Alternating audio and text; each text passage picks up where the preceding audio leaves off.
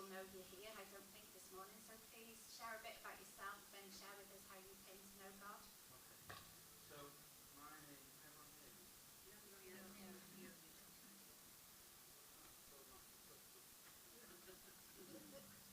Thing on.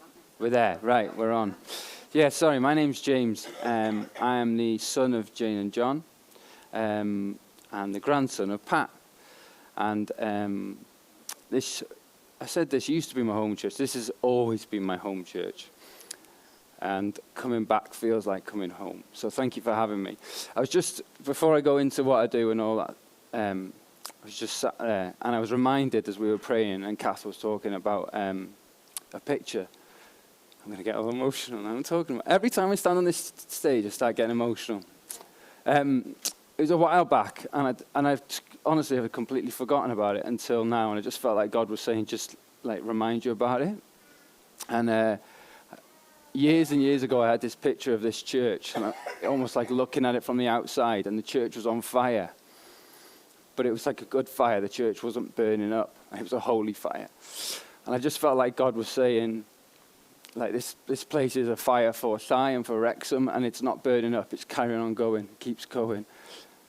So it was just an encouragement, really, to be like, God's working through what you're doing, and this place is a special place for me, and I feel like it's a special place for God as well. And the stuff that you're doing is just carrying on. It's not burning up. It's going to continue going. It's going to have eternal, long-lasting effects. And I feel like God was saying this morning that was still true now that it was however long ago I had that picture. I don't know when it was. Maybe 5-10 years ago. So, yeah, I just felt like God was saying just remind him about that. So, yeah, I'm James. I've got heritage and generations from this church. My two young boys, Jude and Benny, who were the ones constantly eating on the front row. They've always got food in their mouth, so you'll recognise them. And then Sarah, my wife, she's away in Anglesey at the moment, so but otherwise she'd be here as well. So what do you want to know? What I do? How you came into faith. Sorry, right, okay. So yeah, I grew up in this church, Christian background, Christian family. Always knew about God as I was growing up. And I think I was baptized at the age of 14. That was probably the first time that I really was like, right, I'm going to take this serious. And I would spend my weekends going away on Nazarene holidays, youth and mission trips where we go to other churches, painting. And I had just a real good network of young people in this church and across the district. And then I went to university, and probably that's when God went on the back burner for a little bit. But I remember doing Alpha whilst I was in university. I went to a church called St. Michael's every now and again in Aberystwyth. And then I'd come home and keep going to church. And then I remember when I went on I was asked to go on a youth holiday to be a leader for a guy called Trev Pierce and Steve Robbo. And I remember just being there and sat in this small group of young people talking about the Bible. And I think we were studying Kings or something like that throughout. And I remember this one kid, he knew way more about the Bible than I did. And he was just listing off verses and stories and all of it. And I was really impressed with this 9-year-old child. And I remember just being that week I need to get more serious. I feel like I'm living two different lives, like the Sunday life and then the rest of the week. And I just felt like God was prompting me to be more serious about my relationship with him. This 9-year-old kid was just showing me up. So I just felt like I need to get serious. And that's when I probably recommitted or re-energized myself to be like, right, in with both feet, all areas of my life, let's go. And that's what I did. And it's up and down, but that's probably the second turning point, if you like, on the road. So. Thanks, James. Thanks for sharing. And thank you for sharing your vision at the beginning. That's all right. Just a reminder that you are at home and you're in a safe place to share your own family. So thank you. So what does life look like for you now? What are you up to? And how's God working in that for you at the moment? Well, I've got 2 chaotic kids. So life is mad, but good mad, and busy mad. I work as a police officer. I'm based in Thai police station. I started off in D-side as a response bobby, so answering 999 calls and dealing with calls coming in. I did that for 2 years. And then I went to what's called a neighbourhood policing team, which is where we deal with sort of demand people. So if we've got neighbourhood disputes that are causing a lot of demand for the response, or if we've got people coming out of prison who are going to cause demand. So our job as a neighbourhood policing team was to try and reduce that demand in whatever way it was to free up frontline bobbies to deal with 999 calls. And now I work on the priority crime team, which is a team based in Thai and work over the east, so Wrexham and Flintshire. And we are sort of tasked with different things, again, to sort of reduce demand, but we have more time to look at the bigger picture, if you like. So we will look at like a drugs OCG, organised crime group, and we will try and target that whole group. Or we will look at people doing burglaries, and we will target that whole group. So again, like demand work, but looking at the bigger picture rather than just one individual. And we're just given the time to do that, so which is really nice. We're really focused on burglaries at the moment. That's sort of the direction that we're going at the moment. But usually it would be like half of the team would do burglaries and half the team would do drugs jobs. And that's the sort of focus. How is it being a Christian in that environment, in your work? I don't really see it as different to any other job, I suppose. We go into an office, we work with people who are non-Christian. We deal with the stresses and demands and the paperwork of everyday work like anyone else. So I don't really think it's different. I guess the only other thing that perhaps isn't the same is that we deal with perhaps 10% of the society rather than the nice 90% that like the police or go about their day-to-day, don't cause us any issues. We spend a lot of time with that certain group of people who are just in that cycle of offending or drug abuse. And so that's probably the difference as a police officer. So it can be challenging in those times where you're trying to show God's love to people. But I've always just tried to be fair with people. I think it doesn't mean that we're not strict. It doesn't mean that we're not straight talking. It doesn't mean that we don't take control in certain circumstances. You have to. You're walking into people's houses and you're telling them how to behave and look after their children. You're separating parties at times. You're dealing with people that have got completely different morals and views on life, are quite happy to go and do things that we would never dream of, to invade people's privacy. So that can be really challenging, especially when you're sat in an interview across the table from that person. But we have to show God's love, and we have to try and, treat them as humans and treat them with respect and be fair with them. So if you ever bump into them in the street or in a supermarket or whatever, then I can always say to that person, I'd hope I'd always be able to say that I might have been strong, but I was always fair. A piece of advice that a friend gave me was to try and look at that person as Jesus looks at them. And they weren't created to behave in that way. And they've made those choices to do that. We're not taking anything away from that. But Jesus created them for a purpose and created them in a way, and Jesus views them. And I don't think God or Jesus like what they're doing either. But it's trying to just remember that at the back of your mind, that God made them for a purpose, and it's trying to focus on that even though they're not focused on it at that time. Years ago, so I'm going to go off. No, you go. Script now, but years ago I remember you talking in church, James, about us being like rocks or pebbles in a stream, and how God is the water and shapes us, and we'll get thrown about and moved about in the water, and that God is there always shaping us.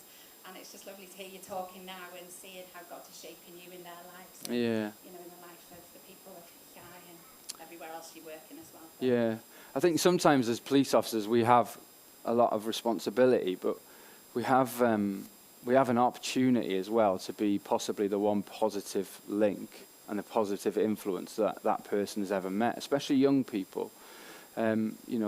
They're born into certain situations, and although they still have the choice, their choices are usually a lot more limited, and possibly swayed because of family circumstance and society that they're in.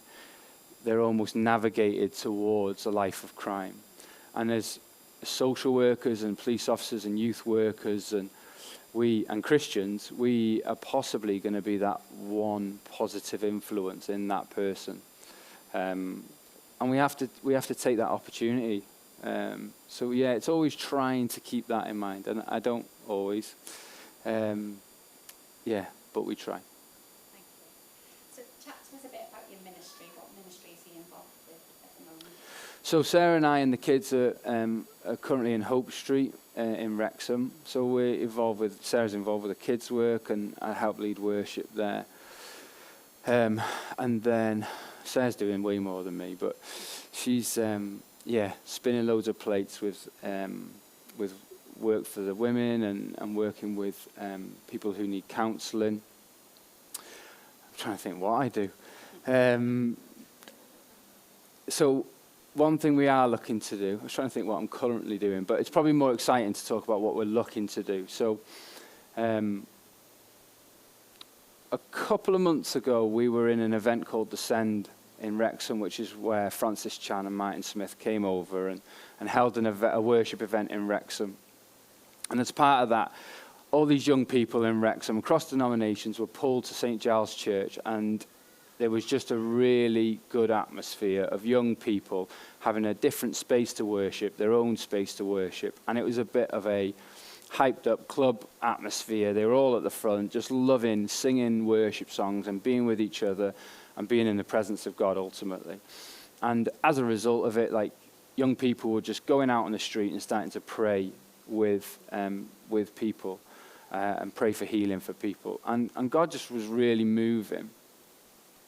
And I was just sat there, and I just felt like God was saying, well, what are we going to do next? How do we build on this? Ultimately, this organization are going to move to another area, and that's what they do. They move to somewhere else, they stir something up, and then they keep going. But I felt like God was just saying, we need to build on this, if you like. And obviously, this quiet revival is going on with 18 to 25-year-olds. People are just walking into church. Young people are just reading the Bible for no reason. 1 in 3 people, if you ask them, do they want to come to church, they'll say yes, between 18 to 25. I just felt like God was just calling us to build on what was going on as part of the Send. So that's what we're going to do, ultimately. I've approached a few different people, and we're looking to build this event in Wrexham. And then it all went quiet. And life took over and work took over, and it sort of went on the back burner to the back of my mind. And then we went away to Porthmadog for a family holiday.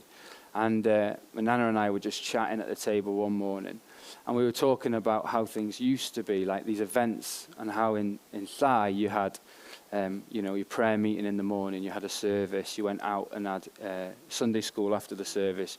You then went home and had your dinner, and then you came back and you did ministry on the streets, and then you had your your Sunday service in the evening.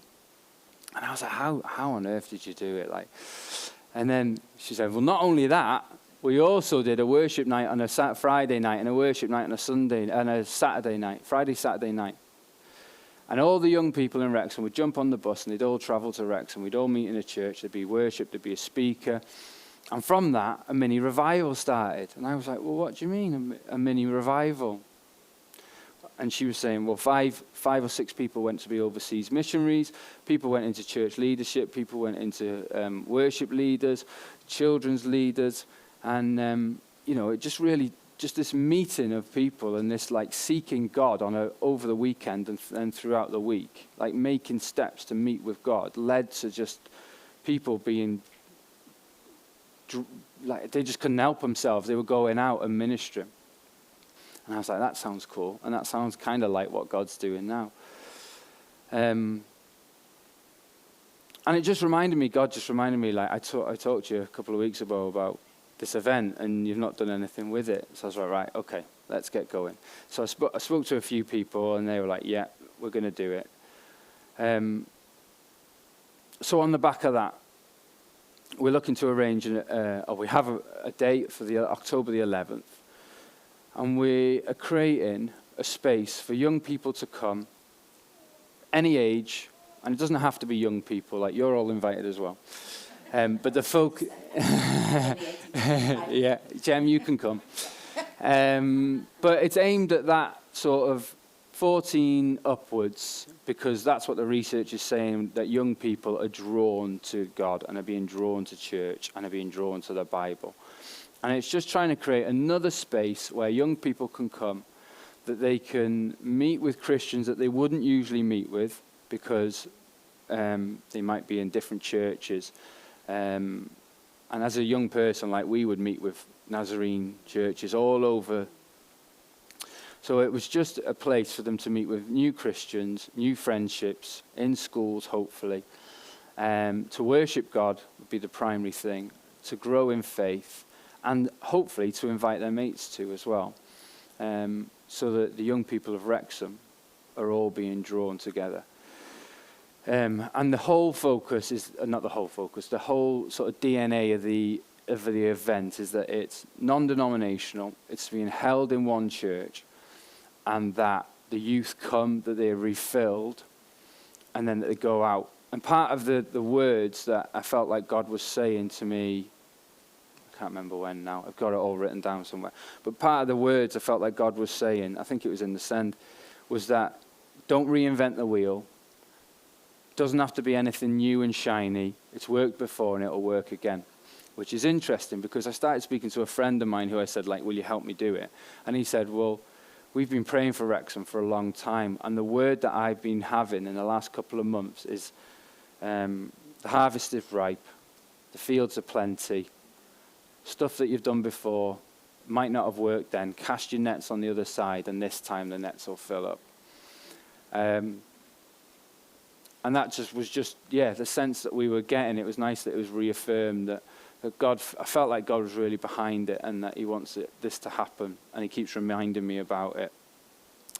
So that's my ministry going forward. In the past, I'm not so sure, but there's bits and bobs. But that's the next thing, I think, for us, as a few individuals that are looking to create this event, is to create a space where young people can come, they can meet with other young Christians, they can worship God, and that hopefully they can invite their friends to. And God's done this previously. He did it years ago. He did a mini revival, and he's doing it again. Can I just reaffirm you in that as well, being a mum of a 15-year-old? It amazes me how they are so open about their faith and how they chat about it with their friends. She'll go to school and she invites them all to kids club and youth, and I never had that openness when I was in school. And it's amazing to see that now. And Isabel's got a friend who's a Christian who goes to Rose, a church in Rose, and she invites them all, and it's just lovely that there is just this real openness about it. Yeah, I mean, from what I've read, like, Gen Zs now are just like, I think because the world is such a confusing place at times, especially with social media and the internet, they just want to be told straight, like, just tell me what it's like, just tell me, don't fluff it up. That's what the Gen Z's like. If you're gonna do a worship event, they've said call it a worship event. Don't, like, give it a fancy name. Just call it. So I think we're going to go for the worship room. Possibly, I've got a few other ideas, but the young people are saying, I think, that that's the name that they would like. And they're just saying, just tell it straight. And I think that's why young people are reading the Bible, because it's just like, it's there on paper. They know where they stand. And so I think that's why they're being drawn to church. Thanks, James. How can we, as a church, support you in this worship room? How long have we got, Jem? There's just a few other bits that I think would be nice for this. And I'll go back to the police stuff after, but that's boring, I think, compared to what this is. So some exciting stories that I like telling, if that's all right. Have we got time? We're all right. Sorry, Kath, I might be eating into yours. So one of the things that Francis Chan was speaking at this event, and he was talking about the throne room of God, and he was like talking about how we're not worthy to enter in, we can't look up to God, like he's talking about that. And whilst I was away with some friends, so Sarah's had a weekend away because I had one previously, so we're taking it in turns. And whilst I was away, we were talking about the event. We got talking about the Roast Revival, and I read to them about my journal about like the send and what God was saying at the time, and how Francis Chan was talking about the throne room. And then I was saying to Mike, a mate of mine, I was like, what happened in Rose? Because he's all holy and knows all this stuff that's gone on before. So we got reading about the internet, and he said, yeah. So they invited a speaker from South Wales, whose name escapes me now, but he was invited up to do a 3-day, I think, talk in Rose, based in the church. And as you probably know, the revival started from that at the same time that it did in South Wales. On the same weekend, and this 3 days turned into 10 days, and that people were just going to church, they're going to work, and they were coming back and they're going to church. Roast Football Club basically folded because people didn't want to play football, they wanted to go to church. The pubs all closed, and people were just being in church. They were falling down at the door and just making themselves right with God before they could walk in.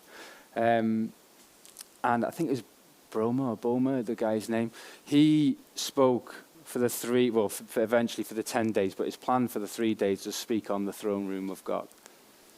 And it was just that nod to what's gone on in the past and what God's doing now, which was mint and dead encouraging. And then I was chatting to a friend on WhatsApp who's also helping us organise the event, Josh Smith, who's the worship leader in Hope Street. And he was talking, he sent like voice notes, which is a thing now. People have conversations through voice notes. Sarah's doing it all the time. It's like, why don't you just call her? But no. He sent a voice note, and he was like, I don't know if anyone remembers, but there was an event in Wrexham a couple of years ago where we went out.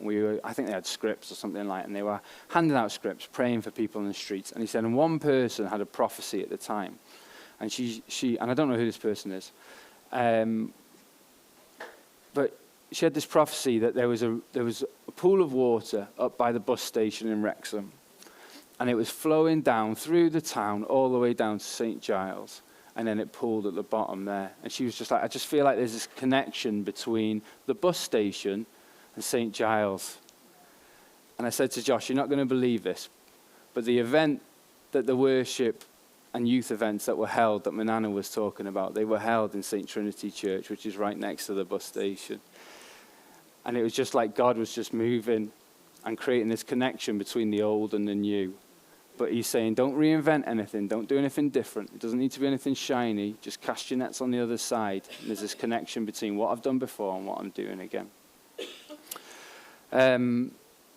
So, yeah, what was your question? I don't know, I'm engrossed. How can we help and support as a church like that? So the first thing really is to pray for this event.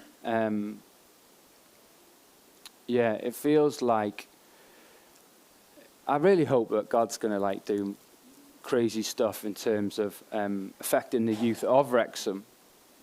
The idea being that they come, they're resourced, and then they go back to their churches. They come and they catch the fire, or their friends catch the fire, or the fire grows within them, and it's just something else. We're not trying to replace anything anyone else is doing. It's just creating another space. So they come, they're resourced, and then they go back. And they go back to their own churches, and they continue to grow there. They invite their friends to this event, and they invite them to their home churches. So it's all about resourcing and just creating something new for local churches.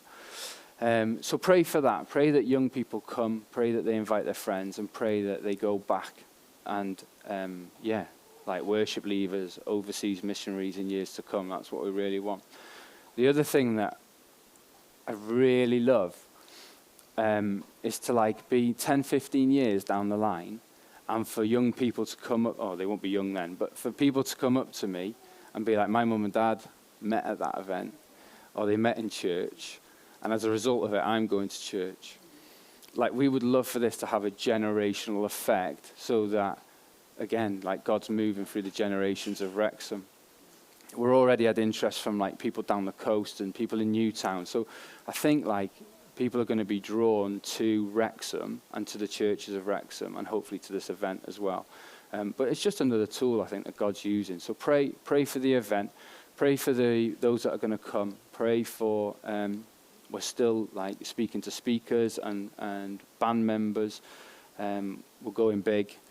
We're asking for, and that comes at a cost. So we really need God to stump up a bit of money for it as well.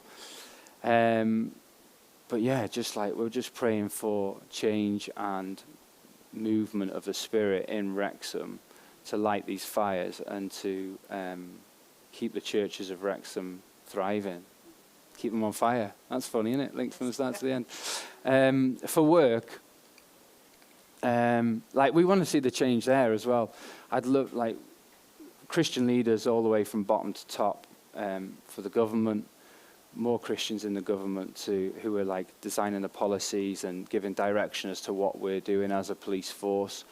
For leaders in North Wales, like more Christians within their just for direction, for support from them.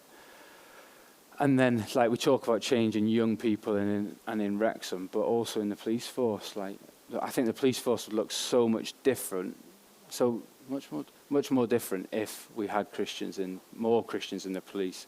And it's funny, like, as you start speaking to people in work about church, they start opening up. And, oh, yeah, I go to church, or I used to go to church. And I feel like this quiet revival isn't just in the young people of the UK and across the world. It's in adults. Like, people are, just as much as we talk about Gen Z, like, adults are striving to have a bit of direction and boundaries. And so we really want to see, like, Holy Spirit change in our workplaces as well.